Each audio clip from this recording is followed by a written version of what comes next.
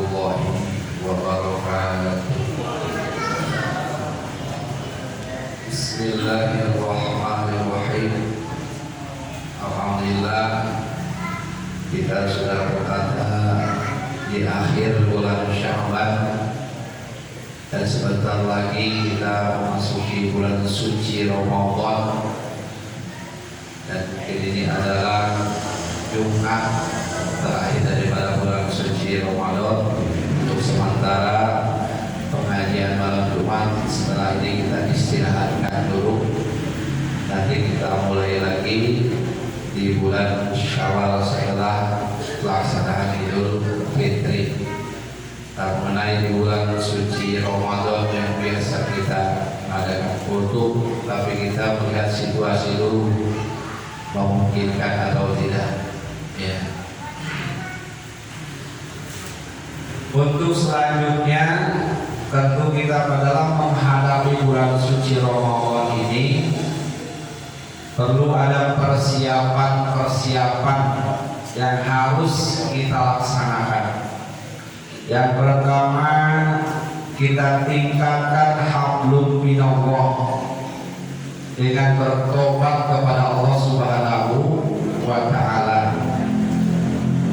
Insyaallah dengan niatan bertobat, kita bertobat kepada Allah Subhanahu wa ta'ala ketika melaksanakan saum Ramadan, kita dalam keadaan suci dan bersih.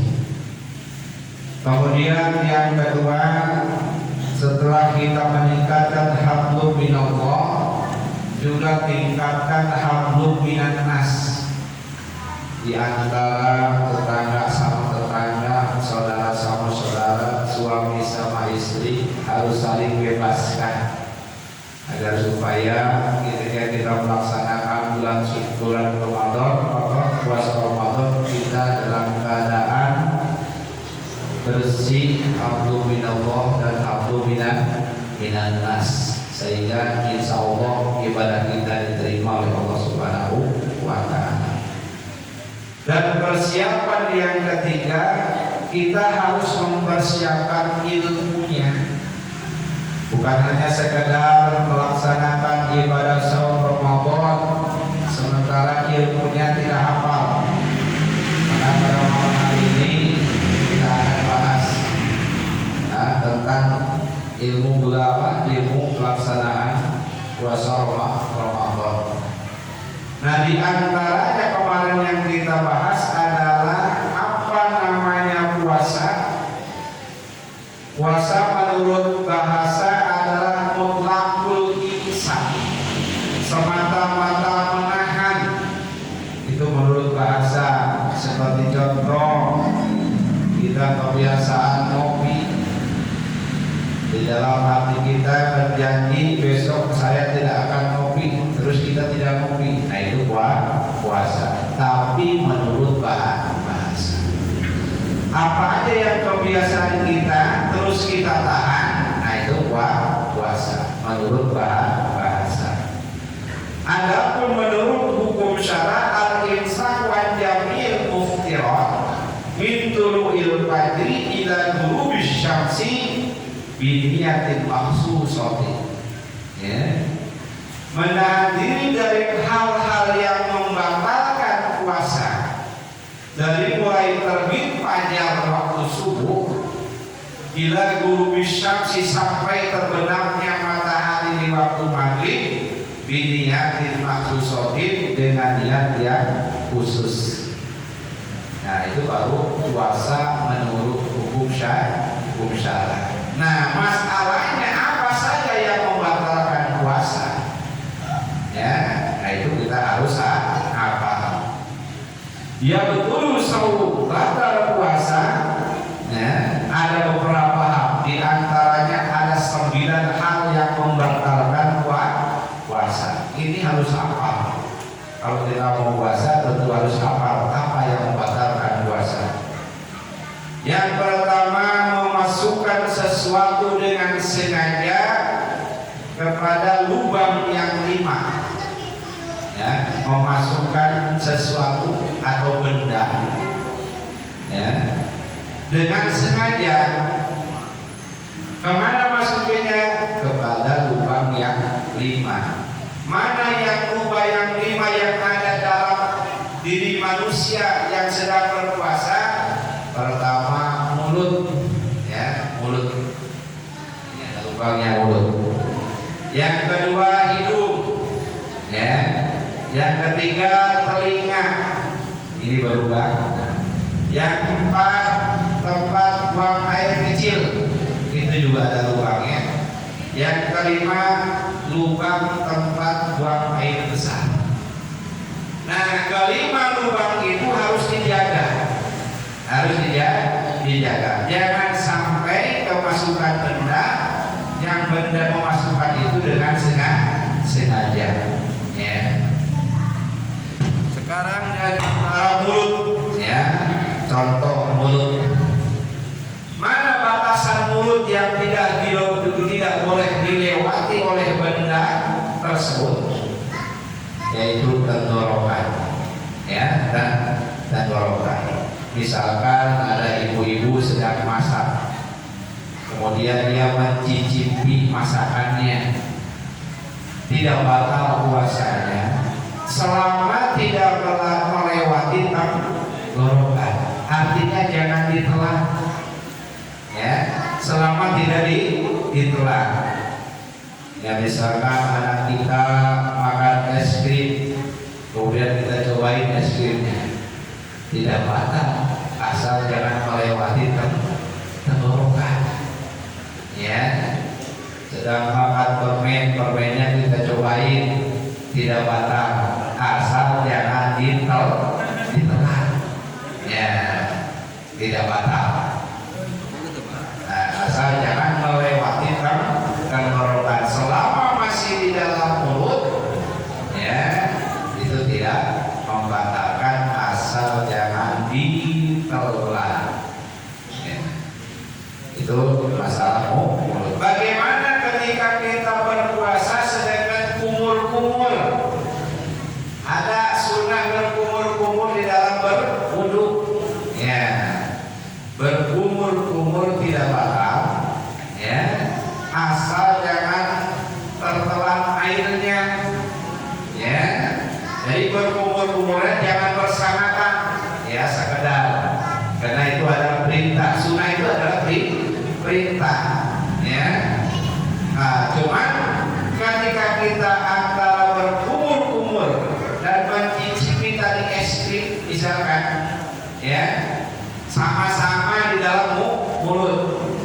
Ketika kita berkumur-kumur, taunya ada petir, kaget, kumur-kumurnya ketelan, ya, itu tidak batal rezeki. Kenapa? Karena kumur-kumur itu sunnah, kita sedang melakukan sunnah. Tapi ketika kita sedang mencicipi rasa es krim, kemudian kucing terinjak, kita kaget, akhirnya es krim ketelan, ya, itu mah batal. Kenapa?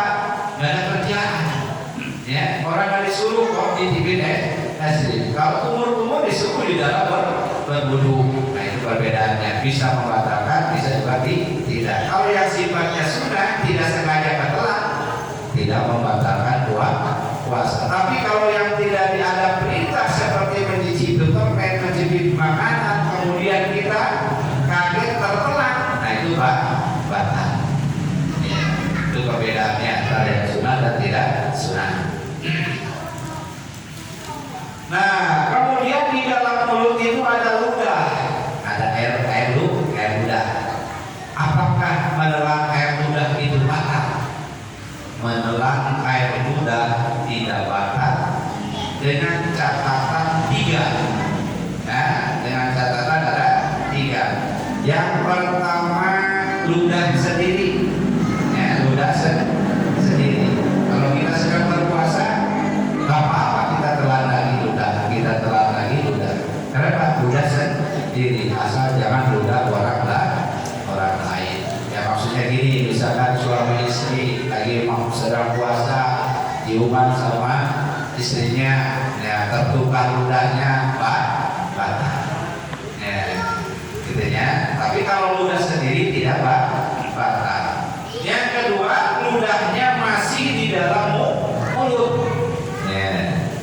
Jadi ludahnya itu masih di dalam mulut.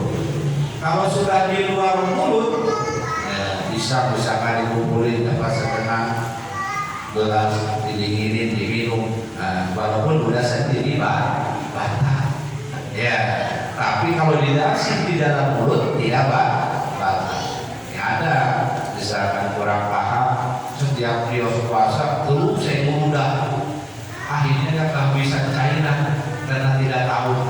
Ya, jangan sampai begitu. Jadi ludah selama masih di dalam mulut, maka ludah tidak membatalkan. Yang ketiga, ludah masih asli, belum terkontaminasi dengan yang lain. Ya, masih asli lidahnya, belum tercampur benda lain. Nah, kalau lidahnya tercampur dengan permen tadi, ya, berarti sudah rasa permen ketelan batal. Ya, harus kumur dulu. Lidahnya sudah tercampur dengan air kopi.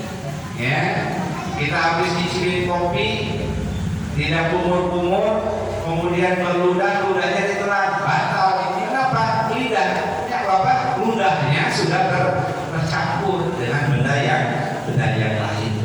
Nah, jadi ludah tidak membatalkan selama tidak tercampur dengan benda yang lain. Ya, itu mulut. Nah, tadi tidak membatalkan batal puasa kalau masukkan dengan sengaja. Tukang yang 5 tadi mulut. Sekarang hidung itu batasannya mana?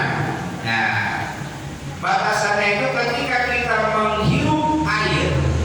Nah, bahasa Sunda disertai karena hirup. Ya, di sini terasa panas, terasa. Nah, itulah batasan yang membatalkan. Selama tidak masuk lubang hidung bagian dalam, kita masukin telunjuk, kelingking, tidak batal.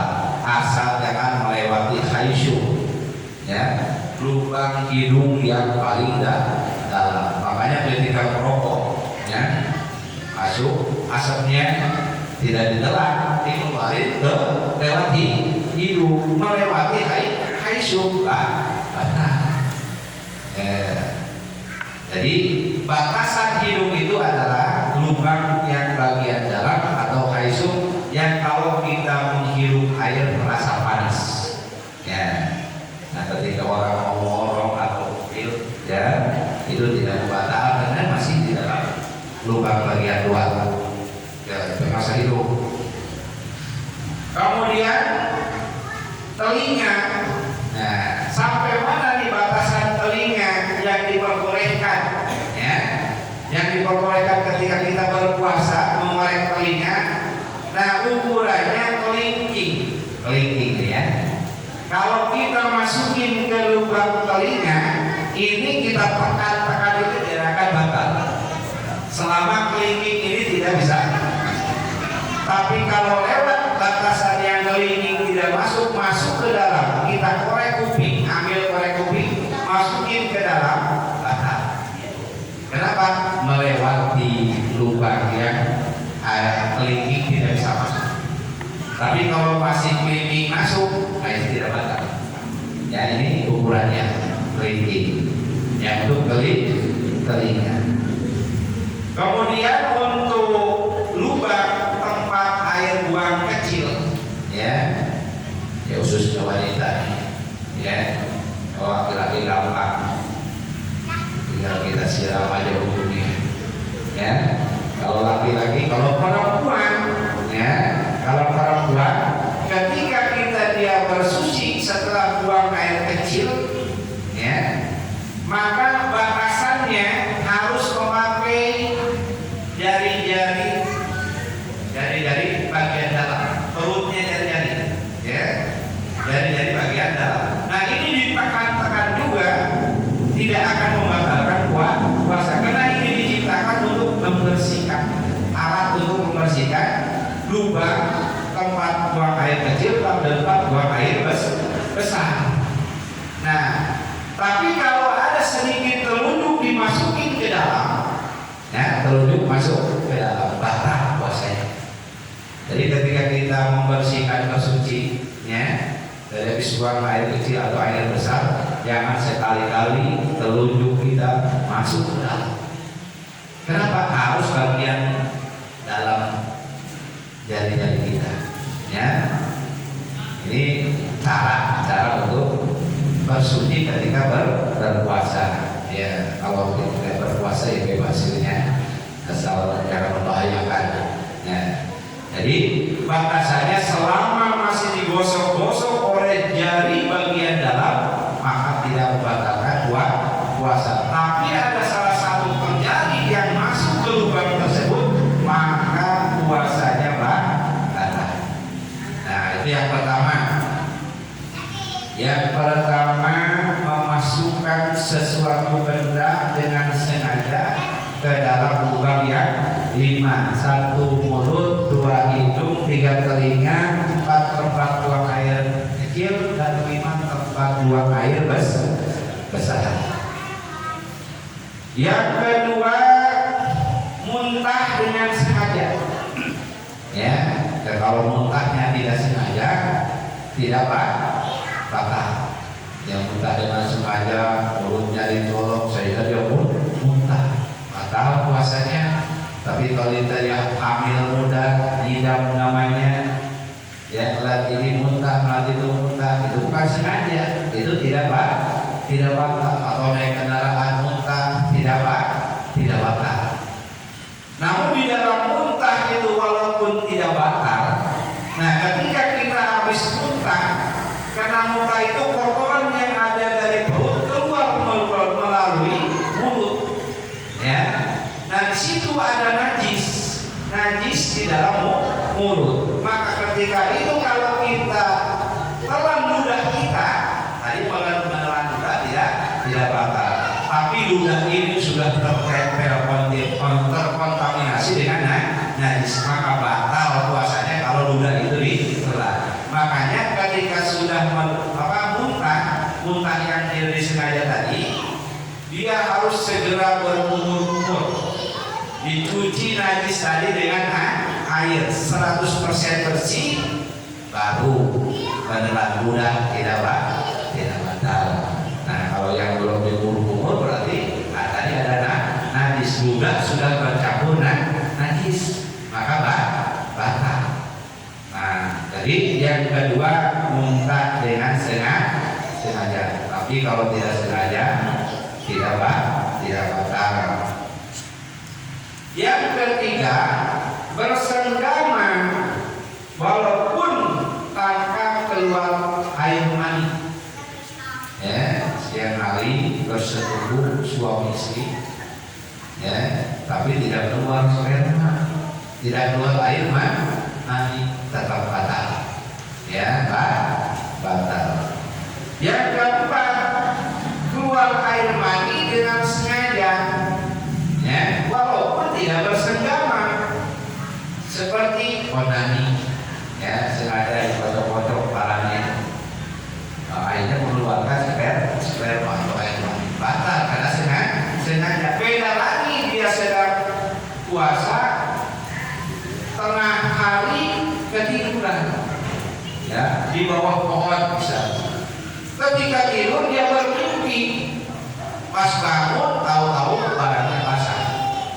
Nah, itu tidak batal puasanya karena tidak sengaja. Cukup dengan mandi besar, ya, mandi besar harus sudah puasanya teruskan, tidak batal. Yang kelima, keenam, dan tujuh, haid, nifas, melahirkan. Yang khusus perempuan, nifas, melahirkan. Ya, setiap bulan pasti paling sedikit 1 hari, paling-palingnya 7 hari, paling lama 15 hari. Memang lewat 15 hari namanya darah istihadah, darah penyakit, harus diperiksakan ke dokter. Ya. Nah, ketika berpuasa dari pagi bersih, sudah 5 menit lagi mau maghrib keluar haid atau nifas, melahirkan, maka puasanya batal dan harus diganti di hari berikutnya setelah beres bulan Ramadan. Jadi haid, nifas, melahirkan. Kok bisa melahirkan? Ya kalau perempuan ini ahli ibadah, walaupun sudah hamil tua, dia puasa terus. Tahu-tahu pas asal melahirkan, batal puasanya. Atau dia hamil muda, nah tahu-tahu 5 menit lagi ke maghrib keguguran, batal puasanya. Ya harus buka. Tapi ketika orang haid itu misalkan batal di tengah hari, ya karena haid tadinya tidak haid kemudian keluar haid, maka dia batal. Langsung wajib makan dan minum. Nah setelah makan dan minum wajib imsak, menahan, menghormati orang puasa. Mentang-mentang batal ayo terus makan, nggak boleh. Ya, jadi cukup batalkan puasa, makan minum, kenyangin. Setelah itu puasa lagi, tapi bukan puasa secara syar'i, puasa secara bahasa imsak, menahan, tidak makan sampai dengan maghrib, menghormati orang yang berpuasa. Ya. Kemudian yang ke-8, hilang akal. Nah, hilang akal ini ada 3 martabat. Yang pertama gelo, gila. Ya, edan. Yang pertama namanya hilang. Yang kedua pingsan, pingsan juga hilang akal. Yang ketiga tidur, tidur juga hilang akal.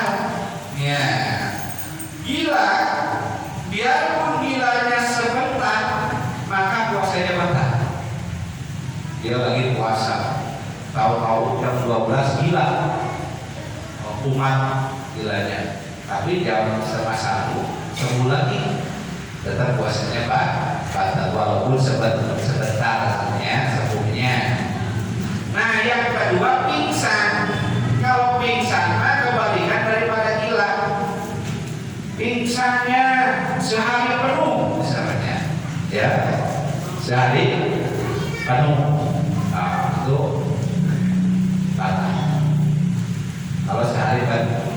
Tapi kalau pingsannya ketika dia habis sahur pingsan, sadar zuhur, pas zuhur sadar, melihat matahari pingsan lagi, sadar maghrib, ya, aja puasanya tidak batal karena sempat sadar. Nah kalau pingsannya full intinya baru puasanya batal. Tapi kalau sempat sadar maka puasanya tidak batal. Nah kemudian tidur. Nah tidur tidak membatalkan puasa walaupun sehari penuh. Pas dia sahur niat puasa tidur, zuhur tidak bangun, asar tidak bangun, pas maghrib dia lagi bangun puasanya apa? Bukan ikut puasa, tidak batal puasanya, cuma sholatnya ketinggalan. Ini kan bahas puasa bukan bahas sholat ya, gitu. Nah mengenai bahas sholat itu tentang sholat ya urusan nanti kodok gitu ya. Nah, tapi yang jelas puasanya tidak batal walaupun tidur itu seharian. Ya. Wa yaqulu as-shaumu bi murtad. Yang ke-9 batal puasa karena murtad. Ya. Meragukan kenabiannya Kanjeng Nabi Muhammad sallallahu alaihi wasallam, ya. Meragukan kebenaran Al-Qur'an. Ya. Walaupun satu ayat, yang lainnya percaya, pas yang satu ayat ini nggak cocok dengan dirinya, saya nggak setuju. Nah, murtad lagi puasa batal. Nah, kesemuanya ini dari satu yang ke-9, ya. Dari murtad ya. Nah, itu kalau dilakukan dengan sengaja. Tapi kalau tidak sengaja, tidak batal. Walaupun benda itu masuk ke dalam mulut, tapi nggak sengaja. lagi puasa, kebetulan puasanya masih awal-awal, belum terbiasa. Intinya pas jam 11 lapar, ada nasi satu piring dimakan. Pas sudah habis satu piring baru ingat saya sedang puasa, tidak batal kan rezeki karena lupa. Kalau batal, tapi kalau masih aja tidak batal. Yang sengaja saja, ya kalau puasa. Atau dia bodoh, nggak tahu kalau merokok itu batal, ya. Tapi bodoh yang dimakdur. Seperti mana bodoh yang dimakdur? Oh, dia meninggalkan di tengah hutan, jauh ke ulama, jauh ke ustaz, mau ngaji udah tahu harimau lewat. Nah, misalkan itu bodoh yang dimakdur. Ya. Ada lagi di sini sebetulnya sudah banyak ustaz, banyak kiai, dia di tengah-tengah kiai tinggalnya, tapi bodohnya karena baru masuk Islam, belum paham. Nah itu mah dimakruh. Tapi kalau model kita Islam dari kecil, tiap gang ada ustaz, nah udah tidak ada alasan lagi tentang bodoh, ya tidak ada alasan tentang tidak tahu. Ya itu harus tidak dimakruh, bodohnya tidak dimakruh, ya tidak dimakruh. Jadi kembali lagi, puasa yang ini adalah harus bisa menjaga dari hal-hal yang membatalkan puasa, dari mulai terbit fajar waktu subuh sampai dengan terbenamnya matahari waktu maghrib. Nah itulah diantaranya macam-macam hal yang membatalkan puasa. Mudah-mudahan kita dipanjangkan umur dari Allah Subhanahu wa taala, bisa melaksanakan ibadah saum Ramadan dengan sempurna, dan juga mudah-mudahan saum kita diterima oleh Allah Subhanahu wa taala. Sallallahu ala